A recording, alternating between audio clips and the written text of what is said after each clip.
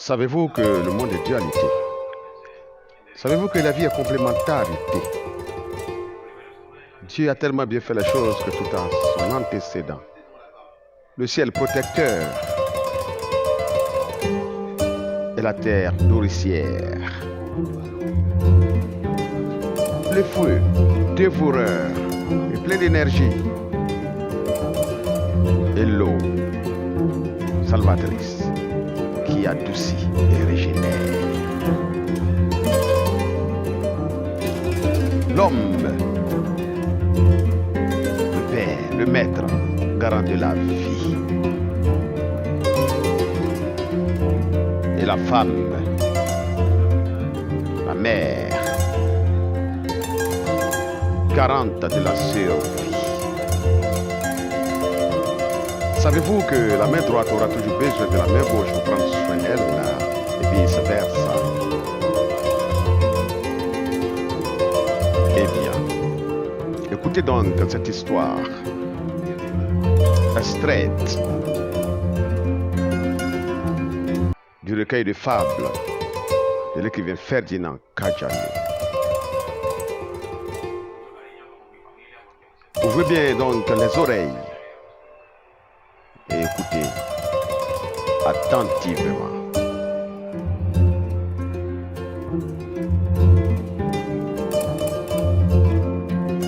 Graines de sagesse. L'héritage.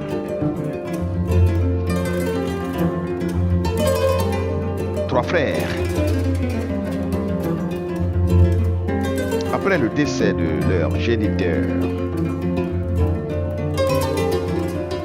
après avoir fini de pleurer leur malheur, décidèrent unanimement de s'en aller loin de leur village. Chacun ayant dans son baluchon une partie de sa part d'héritage.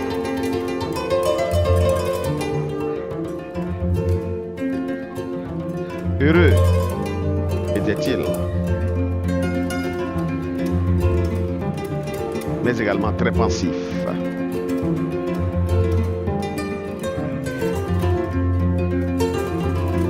Dans leur gibecière, juste quelques coris.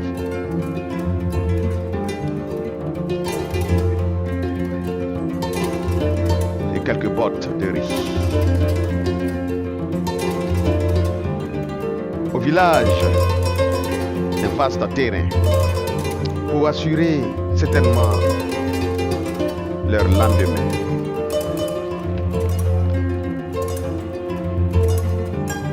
En effet, le père, se sentant faible et agonisant, s'adressa à eux sans faux fuyant. Je pars rejoindre mes ancêtres dans l'au-delà, mais sachez que je serai toujours là. Je n'ai rien de spécial à vous offrir, mais pour ne pas que vous ayez à souffrir, je vous lègue juste une vaste étendue de terre que m'ont légué les pères des pères de mes pères. Vous en ferez ce que vous voulez, pour ne pas que vous ayez à couler. Pour y arriver, cultivez surtout l'amour, car demain est un autre jour. Brandissant son droit d'aînesse, le premier-né fit preuve d'une notoire indélicatesse et s'arrogea la moitié de la terre promise que le père leur a remise, laissant aux autres le reste dans une colère non moins manifeste. Ainsi le voulait la vie. Pour lui, c'en était ainsi. Le cadet, le deuxième né sans se faire prier, fit résolument son choix, laissant son tour le Benjamin sans voix. Juste une coriace et un domptable parcelle, tel un cheval sauvage, sans attelle, avec un insondable caractère qui refuse de se laisser faire.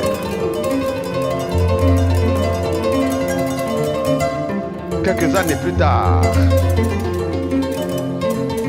chacun ayant à sa façon fructifié sa part, ils revinrent tous chez eux pour relever les défis qui se dressaient devant eux.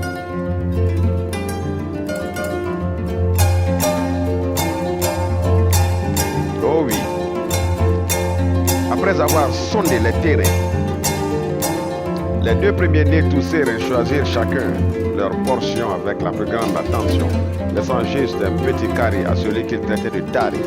L'aîné se battit donc, sans sourciller. Un immeuble.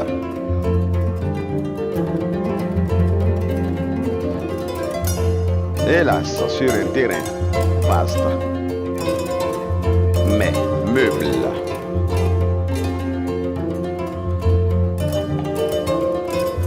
Le cas dont la richesse était moins importante.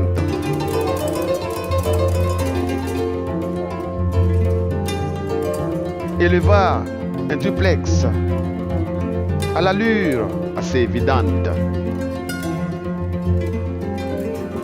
Égoïste et orgueilleux à souhait, il en était plus que fier. Le Benjamin, quelque peu frileux et insoucieux ayant hérité d'un terrain assez rocailleux, ne put avoir à sa disposition qu'un espace où ne prospéraient que des pieds avec lesquels il ne savait quoi faire. Après avoir longtemps supplié ses frères en vain afin que ceux-ci l'aident à avoir une maison décente, enfin, il finit par se bâtir une modeste chaumière dont il bâtit la fondation avec ses inertes pierres. Il lui fit comprendre que chacun avait eu sa part d'héritage. Il lui revenait donc d'en tirer le meilleur parti sans embâche.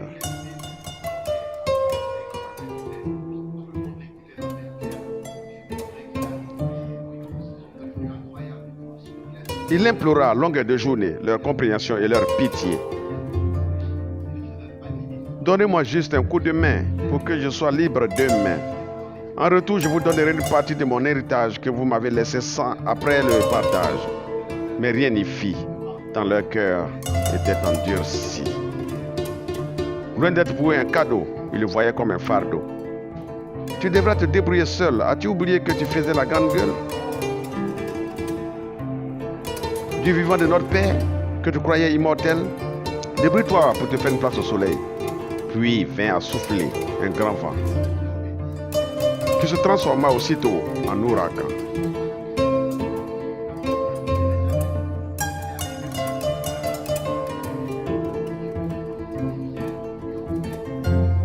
La bâtisse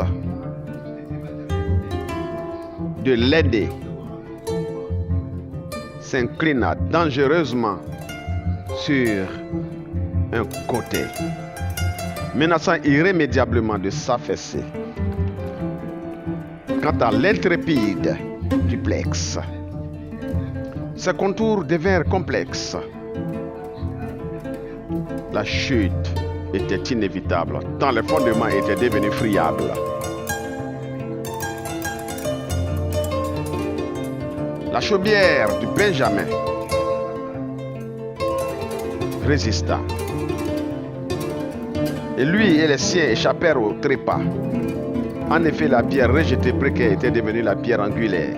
C'est la même dont le caractère indispensable pour la construction d'une maison viable ne souffrait d'aucune ambiguïté.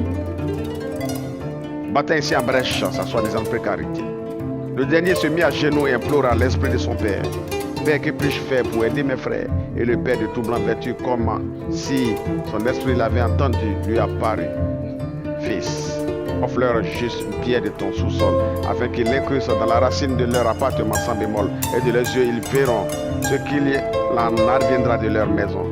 Dis-leur seulement qu'ils devront casser même la pierre. Ainsi ils sauront ce que c'est que le travail de la terre, qu'ils aillent beaucoup plus en profondeur, afin qu'ils connaissent le goût salé de la terre. Puis, l'esprit des pères disparut. Comme il était venu, le petit qu'il traitait de tous les noms, de dindon, de mouton, d'avorton, leur fit la proposition qu'ils rejetèrent sans hésitation en le traitant de pauvre air, comme s'il n'était pas leur frère. Finalement, encouragé par le son du balafon, il s'est mis lui-même à fond, il creusa et cassa, il fit sortir qu'on cassa. Il leur incrusta dans le cœur des maisons de ses frères, qui aussitôt, comme des roseaux, se redressaient. Il creusa encore et encore, et il buta sur un bloc de matière, c'était de l'or. Oui, sa maison était bâtie sur de l'or pur que Dieu avait mis là parce qu'il avait un corps pur, un cœur pur. Quand ses frères le surent, savez-vous ce qu'ils voulurent? Nous te donnons tous nos biens en échange de ton petit terrain. Non, dit-il. Non et non, il n'en est pas question. Mais ne vous en faites pas. Vous aurez votre part. Ne sommes-nous pas du même sang? N'avons-nous pas vécu ensemble tout le temps? Prenez autant de pierres qu'il vous plaira pour rétablir et maintenir votre habitat en bon état. Quand alors vous en aurez assez, autant que vous aurez creusé pour casser, comme Père l'a fait pour nous, ses enfants. Vous avez pour devoir d'en faire autant pour vos descendants. Cela s'applique aussi à moi. Celui que vous avez rejeté sans émoi, après une demi-journée de dur labeur qui semblait avoir tari la source de sueur, tout s'essoufflait, se levait, puis sans que les gars s'en allaient. Mais le petit avait bon cœur. Il fit le bonheur à tous sans rancœur, alors que eux souhaitaient son malheur et se réjouissaient de le voir permanemment en pleurs. Comme si c'était prévu, le Père leur apparut un jour à leur tour et leur parla sans détour. Pourquoi? Oui, pourquoi ne pas faire de la paix votre devise, alors que la guerre vous divise? La paix n'a pas de prix. Proclamez de partout à corps et à cri.